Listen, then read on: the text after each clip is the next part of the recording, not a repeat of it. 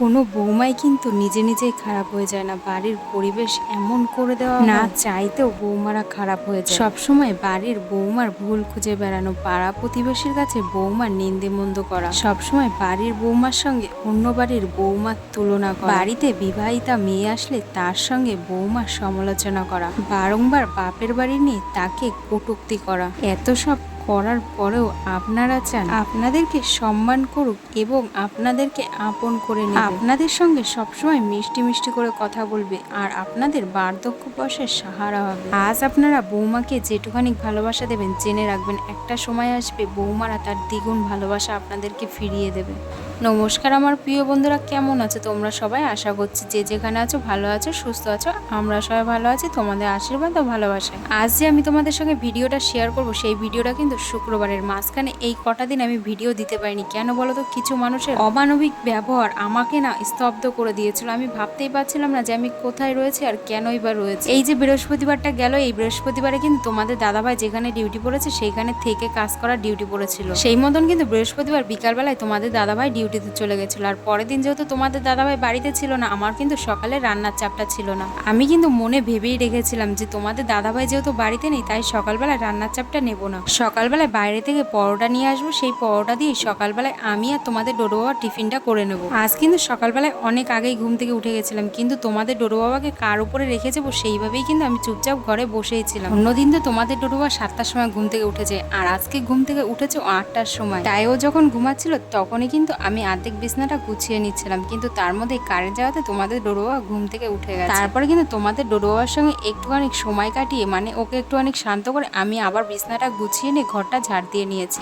আমি কিন্তু প্রত্যেক দিনই তোমাদের ডোডো বাবাকে যখনই ব্রাশ করাই না কেন, আগে আমি একটুখানি ওর দাঁতটাকে ভালো করে পরিষ্কার করে নিয়ে তারপরে ওর হাতেই ব্রাশটা ধরিয়ে দিই, যাতে ওর নিজে থেকেই ব্রাশ করার অভ্যাসটা হয়। আর আজকের দিনটা জানো তো সম্পূর্ণ আলাদা। কেন বলো তো? দেখো, আজকে অন্য দিনের থেকে যেহেতু রান্নার চাপ নেই তাই আমিও একটুখানি সকালবেলায় হাঁটাহাঁটি করে ব্রাশ করতে করতে দেখলাম হালকা গুড়ি গুড়ি বৃষ্টি পড়ছে, তার জন্য বিছনার চাদরটাকে আগে তুলে নিয়েছি। তারপরে দেখো এই সিঁড়ির এখানে বসে বৃষ্টির উপভোগ করছি আর সঙ্গে ব্রাশটাও করে নিয়েছি। গুড়ি গুড়ি বৃষ্টি হতে হতে কিন্তু বেশ ভালো জোরেই বৃষ্টি হয়েছিল কিছুক্ষণ। তারপরে বৃষ্টিটা একটুখানি কমে যাওয়ার পরে আমি আর তোমাদের ডোডো বাবা মিলে চলে গেছিলাম পরোটা আনতে। দেখো, তোমাদের ডোডো বাবা যেহেতু বড় হচ্ছে, আমি কিন্তু সব সময় চেষ্টা করি যাতে ওর নিজে হাতে অভ্যাস, তার জন্য কিন্তু আমার ওর যেটুখানি প্রয়োজন আমি সেটুখানি করে তারপরে ওকে নিজে হাতেই সবকিছু করতে দিই। এই যেরকম দেখো খাবারটা ওর যেটুখানি পেট ভরার মতো আমি তো ওকে খাওয়ানো হয়ে গেছে। খাওয়ানোর পরে কিন্তু আমি কিছুটা পরোটা একদম দেখো টুকরো টুকরো করে ছিঁড়ে ওর হাতে দিয়ে দিয়েছি, যাতে ওর নিজে থেকে অভ্যাস। তোমাদের ডোডো বাবাকে কিছুটা পরোটা আমি ছিঁড়ে তো দিয়ে দিয়েছি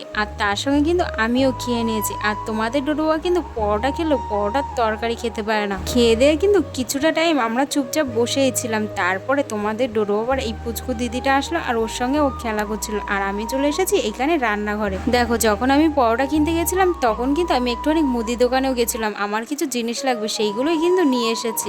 বেশি কিছু না, তোমাদের ডোডো বাবার জন্য এক প্যাকেট এনেছি গুড্ডে বিস্কুট। আগের গুড্ডে বিস্কুটটা না ও পুরোটা খেয়ে নিয়েছে, ওর খেতে যেহেতু ভালো লেগেছে তাই কিন্তু আর এক প্যাকেট গুড্ডে বিস্কুট নিয়ে এসেছি। আর গিয়ে এনেছি ডিম আর ডাল। আজকে যেহেতু ডাল রান্না করব তাই কিন্তু ডালটা নিয়ে এসেছি। আর তোমাদের দাদাভাই যেহেতু বলেছে বাড়ি আসবে তার জন্য ডিম এনে রাখলাম, যদি ভেজে দিতে পারে তাহলে ভেজে দেবো। আর একসঙ্গে মনে হলো কি শ্যাম্পুর পাতাটা এনে রাখি। কেন বলো তো? যখনই শ্যাম্পু করতে চাই তখনই দেখি ঘরে শ্যাম্পু থাকে না, আর ফট করে শ্যাম্পু আনতেও ইচ্ছে করে না, তার জন্য কিন্তু একবারে 10টা শ্যাম্পু নিয়ে এসেছি। তারপরে এদিকে দেখো ভাতটাও বসিয়ে নিয়েছি আর সঙ্গে একেবারে ডালটাও সিদ্ধ হতে বসিয়ে দিয়েছি। তারপরে চলে গেছি সবজি কাটতে। আজকে ভেবেছি একটু অনেক পেঁপে দিয়ে ডাল করব, আর সঙ্গে করব আলু ভাজা। আমার কিন্তু আর কিছুই লাগবে না, ডালের সঙ্গে যদি আলু ভাজা হয় এটা কিন্তু আমার সব থেকে প্রিয় একটা খাবার। আর সত্যি বলতে মাঝে মধ্যে কিন্তু এরকম হালকা পাতলা খাবার খেতেও ভালো লাগে, আবার নিজের কষ্টটাও কিছু কম হয়, মানে ওই রান্নার চাপটা একটুখানি কমে যায়। আর আমি তো সবসময় কাজে কি করে ফাঁকি দেবো সেটাই চিন্তা করি। আর আমার যেহেতু সামান্য লিভারে একটুখানি প্রবলেম হচ্ছে তার জন্য কিন্তু সবাই বেশি বেশি করে আমাকে পেঁপে খেতে বলেছে। নমস্কার আমার প্রিয় বন্ধুরা, কেমন আছে তোমরা সবাই? আশা করছি যে যেখানে আছো ভালো আছো, সুস্থ আছো। আমরাও সবাই ভালো আছি, বিন্দাস আছি। আর সকালবেলাতে আজকে সেরকম কোনো কাজবাজি ছিল না, কারণ তোমাদের দাদাভাই কালকে গেছিলো থেকে কাজ করতে, মানে কালকে বিকালে গেছিলো আর আজকে একটু বাদে আসবে। আমি এক্ষুনি ফোন করেছিলাম, ফোন করাতে বললো যে উনি কি ট্রেনে আছে, আসতে হয়তো ওই আধা ঘন্টা মতন লাগবে। আর রান্না করতে করতে কি বলো তো কারেন্টটা চলে গেছিলো। তারপর আমি দেখি কি ফোনে চার্জ নেই, আর আমার একটা ভোলা দোষ আছে, সেটা হলো আমি ফোনে চার্জ দিতে ভুলে যাই। তো যথারীতি কারেন্ট চলে গেছিলো, তারপর আর ভিডিও করতে পারিনি। আর এখন দেখো তোমাদের ডোরোবাকে স্নান টেনান করে খাওয়া দাওয়া ঘুম পড়িয়ে দিয়েছি। আর আমার ঘরের কিন্তু সমস্ত কাজ হয়ে গেছে। আর অনেক দিন বাদে দেখো আজকে মাথাটা ধুয়েছি। আজকে যে কি ভালো লাগছে। আর বাইরে যেহেতু বৃষ্টি আছে তাই কিন্তু গামছাটা ওখানে নেড়ে দিয়েছি। মানে হালকা টিপটিপ করে বৃষ্টি পড়ছে, খুব জোরে যে বৃষ্টি হচ্ছে তা না। অন্য অন্য জায়গায় আমার মা যেরকম ফোন করে বললো আমার মাদের ওইখানে নাকি প্রচুর পরিমাণে বৃষ্টি হচ্ছে। তারপরে তোমাদের দাদাভাই যেখানে ডিউটি গেছে সেখানেও নাকি বৃষ্টি হচ্ছে। শুধু মাঝখানে আমরা যেখানে থাকি সেখানে কোনো বৃষ্টি নেই। আর এখন কি করবো, এখন কিছুক্ষণ বসে থাকবো, যেহেতু তোমাদের দাদাভাই বললো যে বাড়ি আসবে। তো এখন আর খাওয়া দাওয়া করবো না, একবারে তোমাদের দাদাভাই আসবে তারপরে কিন্তু ওর সঙ্গে বসে খেয়ে নেবো। তাহলে যাই হোক, আবার পরে দেখা হচ্ছে। আজকে তো আমি কি রান্না বান্না করেছি তোমাদের সঙ্গে শেয়ারই করা হয়নি, চলো তোমাদের দেখিয়ে দিই। আজকে খুব একটা রান্না বান্না করিনি, যেহেতু সকালবেলাতে ল্যাদ খাচ্ছিলাম না, তো রান্নাটাতেও আমি ল্যাদ খেয়ে গেছি। রান্না খুব একটা আমার করতে ইচ্ছে হয়নি, তাই ডাল ভাত করে নিয়েছি। আর মাঝে মধ্যে কিন্তু ডাল ভাত খেতে বেশ ভালোই লাগে। চলো দেখিয়ে দিই কি রান্না বান্না করেছি।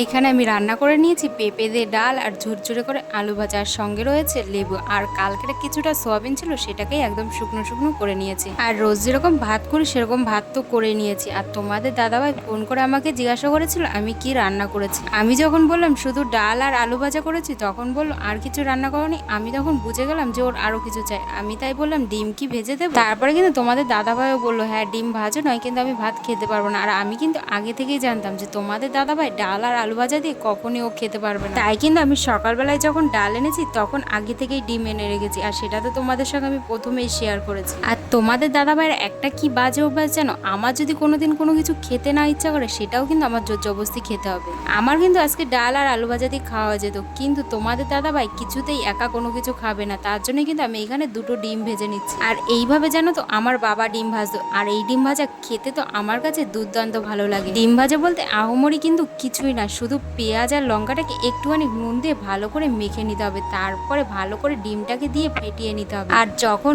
কড়াইতে ডিম ভাজতে হবে তখন কিন্তু গ্যাসের আঁচটা একদম লো করে ভাজতে হবে, আর ঢেকে ঢেকে। যারা এইভাবে কোনোদিন ডিম ভেজে খাওনি তারা অবশ্যই একবার ট্রাই করে দেখতে পারো। ডিম ভাজাটা একটা ডিম ভাজলে মনে হবে কি এখানে দুটো ডিম ভেজে রেখেছে। আর ভিতরের পেঁয়াজ লঙ্কা একেবারে কিন্তু খুব সুন্দরভাবে সিদ্ধ হয়ে যায়। আর যে কোনো জিনিস ধৈর্য সহকারে করলে কিন্তু সেটা দেখতেও ভালো লাগে, আবার যে জিনিসটা খাবার তৈরি করা হয় সেই খাবারটাও কিন্তু খেতেও সুন্দর লাগে। আর সত্যি বলছি আজকে ডিম ভাজাটার জন্য কিন্তু অনেকগুলো ভাত খেতে পেরেছি। আজকে পুরো পেট ভরে আমি ভাত খেয়েছি। আর খাওয়ার সময় কিন্তু আমি কোনো ভিডিও করতে পারিনি, কেন বলো তো, তোমাদের দাদাভাই কাজের থেকে এসেই আমাকে বললো আমি সারাদিনে কোনো কিছু খাইনি, তুমি আগে আমার ভাত খেতে দাও। তোমাদের দাদাভাই আসার পরে খেয়ে দিয়ে কিন্তু ও কিছুটা টাইম রেস্ট নিয়েছে। তারপরে সন্ধ্যেবেলার দিকে চলে গেছিলাম বাজারে। বাজার থেকেও দেখো টুকিটাকি কিছু বাজার করে নিয়ে এসেছে। আর তোমাদের ডোরো আবার একটা কিন্তু খুবই বাজে অভ্যাস, ও বাজারে বলো আর যেখানে বলো ও কিন্তু কোলের থেকে কোনো মতে নামতে চায় না। দেখো বাজার থেকে সেরকম বলতে বাজার কিছুই আনিনি, দুটো বেগুন এনেছিলাম আর তোমাদের ডোরোবার জন্য বিস্কুট আর মুড়ি। আর এইখানে দেখো ভূত মাছটাকে ভালো করে কেটে নিয়ে নুন হলুদ মাখিয়ে নিচ্ছি।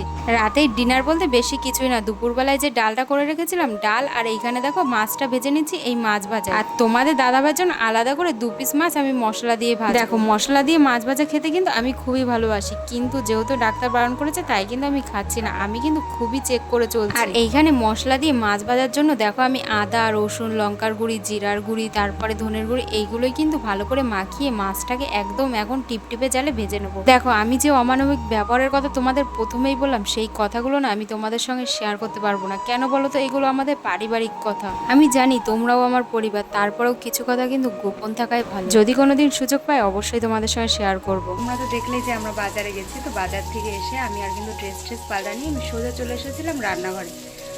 আর এসে যে রান্নাঘরে রাতের ভাত বসানো ছিল সেগুলো হয়ে গেছে। তারপরে দেখো একটু অনেক স্নান করবো ভাবছিলাম না, কিন্তু যেহেতু মাছ টাছ ধরেছি ওর জন্যই একটু অনেক স্নান করে নিয়েছি। আর মাছ ভাজা হতে অনেকটা লেট হবে এখনো পর্যন্ত, কারণ ওই মাছটা কিন্তু আমি অনেক আস্তে আস্তে ধীরে ধীরে তারপরে মাছটা ভাজবো। তো ব্লগটা আর বেশি বড় হচ্ছে না, এখানেই শেষ করছি। যদি আমার ভিডিও ভালো লেগে থাকে তাহলে প্লিজ আমার পাশে থেকো, like share subscribe. Tata, good night.